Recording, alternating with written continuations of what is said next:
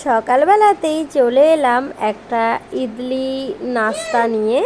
দিনটা ছিল রবিবার। ভিডিওটা বেশ কিছুদিন আগেরই শ্যুট করা ছিল, শিবরাত্রির ভিডিও আর এই ভিডিওগুলো মিলিয়ে আজকে একসাথেই একটা ব্লগ আমি তৈরি করলাম। একটু তোমরা ম্যানেজ করে দেখে নিও।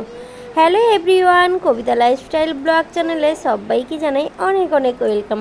কেমন আছো তোমরা? আশা করি তোমরা সবাই খুব ভালো আছো। তোমাদের ভালোবাসা আশীর্বাদে কিন্তু আমিও খুব ভালো আছি। তো এই দেখো, রশ্মি সোনা গেছিল বাজারে, চলে এসছে বাজার থেকে। সোনা মাম্মা ওর পাপার সাথে সকাল সকাল বাজার করতে গেছিলো। আর এই যে তোমরা দেখতে পেলে ইডলি, এই ভিডিওটা কিন্তু ওই দিনকেরই ভিডিও। আর এবার চলে এলাম শিবরাত্রির এই যে কি সাজগোজ আমি করব।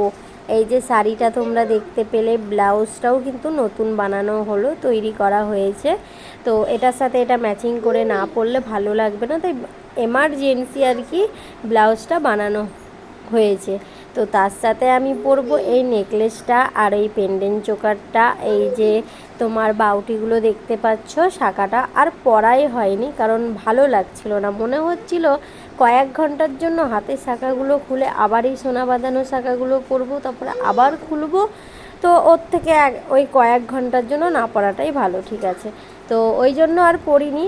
আর গলার ব্যাপারটা তো সেরকম কিছু না, টুক করে নেকলেসটা পরে নিলাম আর পেন্ডেন্ট চোকারটা পরে নিলাম, হয়ে গেল। এটাই হলো ব্যাপার, সাদা সিম্পল। চলো এবার তোমাদেরকে দেখিয়ে দিলাম আমার মেকআপ টেকআপ সমস্ত কিছু। তো এখানে দেখো, একটু হালকা করে আলপনা দিয়ে নিয়েছিলাম আমার ভোলা বাবাকে, আমার ভোলানাথকে আর কি নিচেতে বসিয়ে সেদিনকে পুজো করেছিলাম। কারণ ওপরে সব কিছু দিয়ে সুন্দরভাবে সাজিয়ে জায়গা হবে না, তো সেই কারণে ওই জন্য আমি নিচেতে দেখো আলপনা দিয়ে নিয়েছি। এদিকে দেখো আমার মহাদেবকে কিন্তু আমি একদম ধুয়ে মুছে পরিষ্কার করে নিয়ে সব কিছু দেখো রেডি করে, তারপরে দেখো আমার মহাদেবকে কত সুন্দর করে আমি সাজিয়ে দিয়েছি। এই যে গোটা ফল দিতে হয়, বেল দিতে হয়, ধুত্রা ফুলের মালা, এই আকন্দ ফুলের মালা, সমস্ত কিছু দিতে হয়। সমস্ত কিছুই কিন্তু আমাদের এখানে, বিদেশ বলে এমন নয় যে পাওয়া যায় না, আমাদের এখানে প্রত্যেকটা জিনিস কিন্তু পাওয়া যায়।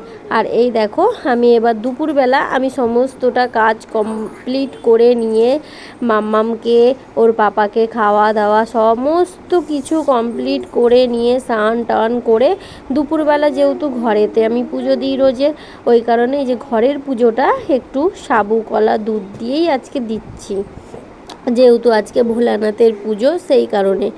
আর এমনি দিন তো কাজু কিশমিশ, কোনো দিন ফল নকুলদানা এসব দিয়ে তো পুজো দেওয়া হয়। তো ওই দিনকে আমি কিন্তু এই যে এই সাবু কলা দুধ দিয়েই পুজোটা দুপুরবেলা সেরে নিয়েছি। আর তোমাদেরকে দেখাচ্ছি, এই দেখো ওপরটা আমি কিন্তু এইভাবে সাজিয়ে নিয়েছি, এই যে ফুল দিয়ে সুন্দর করে সমস্ত কিছু কিন্তু পরিষ্কার করে নিয়েছিলাম আমি দুদিন আগে থাকতেই।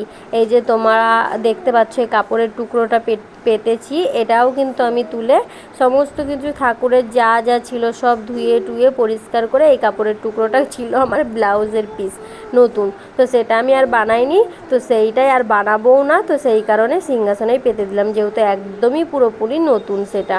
আর এই দেখো আমার মহাদেবকে আমি এই যে নিচেতে মহাদেবে এই যে আমার ওপরে যে আসন পাতা ছিল সেগুলোই ধোয়া কাচা করে নিয়ে এই যে এখানে পেতে নিয়ে দেখো, এবার কিন্তু তোমার চতুর্দশী লেগে গেছিলো। এটা কিন্তু বিকেলবেলাতে আমি যে পুজো করছি সেই টাইমটা তোমাদের সাথে শেয়ার করছি। এবার চতুর্দশী লেগে গেছে, প্রায় 6টা বাজে, আমার এখনও মনে আছে প্রায় 6টা বাজে কি 5 মিনিট বাকি এরকম ছিল। তো আমার বান্ধবী ফোন করে বলল, পুজো দেওয়া কি তোর হয়ে গেছে? আমি বললাম না, আমি তো এখনও পুজো দিইনি। বললো আমার পুজো দেওয়া হয়ে গেছে, তুই এবার পুজো দিয়ে নে, 6টা তো বেজেই গেল, 5:30 না 5টার সময় চতুর্দশী লেগে গেছিলো। তো আমি বললাম ঠিক আছে চল তাহলে আমি দিয়ে দিই পুজোটা এখন। তারপরে এই দেখো 6টার সময় আমি এই যে বাবাকে প্রথমে একটু ঘি দিয়ে নিলাম, তারপরে একটু মধু দিয়েছি, এবার দুধ গঙ্গার জল দিয়ে এই যে বাবার মাথায় জলটা ঢেলে দুধটা ঢেলে নেব, ঢেলে নিয়ে তারপরে কিন্তু জলও ঢেলে দেবো, কারণ দুধ ঢালার পরে কিন্তু বাবার মাথাতে জলও ঢালতে হয়। তো জলও কিন্তু ঢেলে দেবো, যেহেতু দুধ ঢালা হচ্ছে তাকে তো পরিষ্কারও করতে হয়, তো সেই কারণে জল দিয়েও কিন্তু আমি পরিষ্কার করে নেব বাবাকে।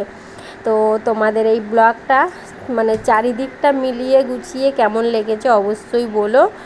আর আর কে কে তোমরা শিবরাত্রি করেছিলে অবশ্যই কিন্তু কমেন্টস করে আমাকে জানিও। আমি তো করেছিলাম বাড়িতে। দেখো আমার ঘরেও ঠাকুর ঘরেতেও থাকে, ঠাকুর মন্দিরেও থাকে, তবুও মানুষ মন্দিরেও পুজো দিতে যায়। আমিও প্রত্যেক বছর মন্দিরে যাই বাবার মাথায় জল ঢালতে। তো এবছর আমি আর যাইনি, কারণ আমি অনেক আশা করে অনেক স্বপ্ন নিয়ে আমার এই যে বাবার এই যে মূর্তিটা তোমরা দেখতে পাচ্ছ, আমি এবার শ্রাবণ মাসে দেশের থেকে যখন মেলা হচ্ছিল আমি ওখান থেকে কিনে পুরো সেট আমি কিনে নিয়ে এসেছি। যে আমি স্পেশালি আমি বাড়িতে আমার ঘরের ভগবানকে আমি শিবরাত্রি বলো, শ্রাবণ মাসে বলো, সোমবারগুলো আমি বাবাকে আমার ঘরে পুজো করব। এই কারণে আমি অনেক আশা নিয়ে আমি ঘরেতেই পুজোটা করেছি, মন্দিরে আর যাইনি। তবে হ্যাঁ, মন্দিরেও জল ঢালবো এমনটা নয় যে মন্দিরে কখনো যাব না। তবে এই বছর রশ্মি সোনা ছোটো ছিল, তো অনেকটা লাইন দিয়ে অনেক কয়েক ঘন্টা লাইন দিয়ে পুজো দিতে হয়, তো সেই কারণে আমি ঘর থেকে পুজো করেছি। মন থেকে ডাকলে বাবা ঘরেও থাকে, বাবা মন্দিরেও থাকে, সব জায়গাতেই থাকে। ভগবানের কাছে একটাই প্রার্থনা, সবাইকে ভালো রেখো, সুস্থ রেখো, সবার মনস্কামনা পূর্ণ করো। অনেক অনেক প্রণাম বাবা তোমাকে। আর খুব সুন্দরভাবে পুজোটা কাটিয়েছি, সামনের বছর হয়তো আরও সুন্দরভাবে কাটাবো। আর তোমাদের কে কে পুজো করেছো, আমার এই ব্লগটা কেমন লেগেছে অবশ্যই কিন্তু কমেন্টস করে তোমরা জানিও। তো সবাই ভালো থেকো, সুস্থ থেকো। এখন তো আমি সেভাবে আর লাইভ ভিডিও কোনো কিছুই করতে পারি না। যাই হোক, মাঝখানটায় প্রচণ্ড পরিমাণে অসুস্থ হয়ে পড়েছিলাম।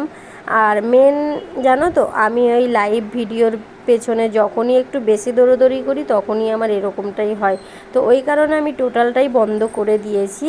তো রূপুসোনা বলছিল যে তুমি বড় ভিডিও কবে দেবে, তো রূপুসোনার জন্যই স্পেশালি এই ব্লগটা আমি আজকেই শ্যুট করেছি। চেষ্টা করব আজকেই আমি এই ভিডিওটা আপলোড দেওয়ার। যদি আজকে না দিতে পারি হয়তো কালকে আমি অবশ্যই আপলোড করব।